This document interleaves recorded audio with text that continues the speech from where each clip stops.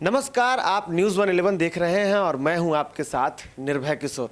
Lockdown की दूसरी अवधि शुरू हो चुकी है, लेकिन पहली अवधि ऐसी थी जिसमें लोगों ने, जो कि बिहार के अलग अलग राज्यों में मजदूरी करने गए हुए थे, उन लोगों ने उसको तो काट लिया, लेकिन दूसरी अवधि लोगों को काफ़ी मुश्किल वाली हो गई। इसलिए क्योंकि बहुत सारे ऐसे लोग थे जो कि 21 दिनों के लॉकडाउन को इसलिए मान रहे थे खास क्योंकि कोरोना वायरस का असर धीरे धीरे बढ़ता जा रहा था। तो लोगों ने सोचा कि सरकार ने अगर इस तरीके की बातें की हैं तो थोड़ा कष्ट ही सही, लेकिन इसे निकाल लेना है। लेकिन जैसे ही एक बार फिर से इस लॉकडाउन की अवधि को बढ़ा दिया गया, उसके बाद अब लोगों का जो सब्र का बांध था वो टूट चुका है। क्योंकि कई ऐसे लोग थे जो कि बहुत दिनों से खाना नहीं खाए थे, परेशानियों का सामना कर रहे हैं। एक एक घरों में 10-10 लोग, 12-12 लोग रह रहे थे। इसके बाद अब लोग आखिर परेशान कितने दिन हो, और इसको लेकर के वो अब अपने राज्य को निकल चुके। लेकिन इन सब के बीच बिहार सरकार की तरफ से ऐसी कोई व्यवस्था नहीं की जा रही है, या कोई व्यवस्था नहीं की गई जो कि अलग अलग राज्यों में फंसे हुए जो लोग थे उनको बिहार सरकार अपने राज्य में लेके आए।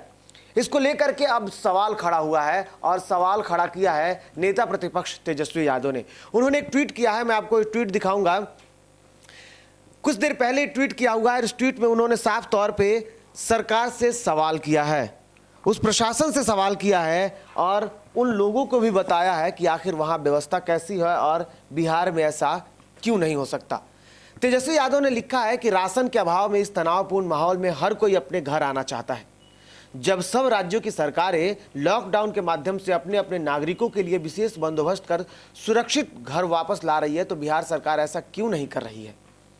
आप उनकी स्क्रीनिंग और टेस्टिंग करके क्वारंटाइन कर सकते हैं, लेकिन इन सब के बावजूद भी सरकार उन लोगों को नहीं लेके आ रही है। इससे थोड़ी देर पहले तेजस्वी यादव ने एक और ट्वीट किया था, और इस ट्वीट में उन्होंने बिहार सरकार के वित्त मंत्री और उप मुख्यमंत्री सुशील कुमार मोदी के कुछ पोस्ट को उन्होंने ट्वीट किया है, जो कि आज की अखबारों की सुर्खियां हैं।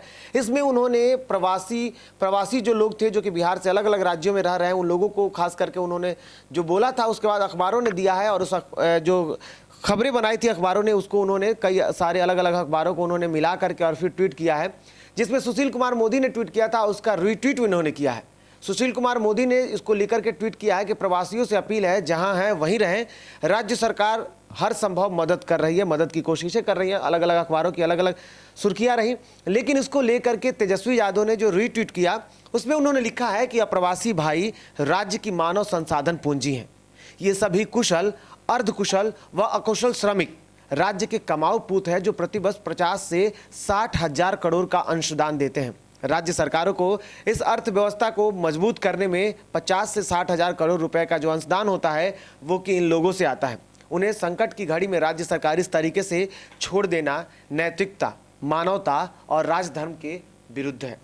तेजस्वी यादव ने यह ट्वीट किया है, और इस ट्वीट में उन्होंने सीधे तौर पर सरकार के ऊपर, प्रशासन के ऊपर सवाल खड़ा किया है, और सवाल लाजमी है। क्योंकि इससे पहले हमने देखा था उत्तर प्रदेश की सरकार ने बसें चलाई, और उस बस के माध्यम से जो लोग जहां थे वहां उनके राज्यों में पहुंचा दिया गए, उनके ज़िलों में पहुंचा दिए गए। अलग अलग जगहों की जो तस्वीरें आई, खुद पटना में ही देखा गया था कुछ दिनों पहले। कुछ विदेशी नागरिक जब फंसे थे तो पश्चिम बंगाल से उनके लिए बाज़ाब्ते बस भी आई और यहाँ से लेके गई। और भी कई ऐसी तस्वीरें उभर के आई है अलग अलग राज्यों में, जहाँ वहाँ की राज्य सरकारों ने उनको बुला लिया।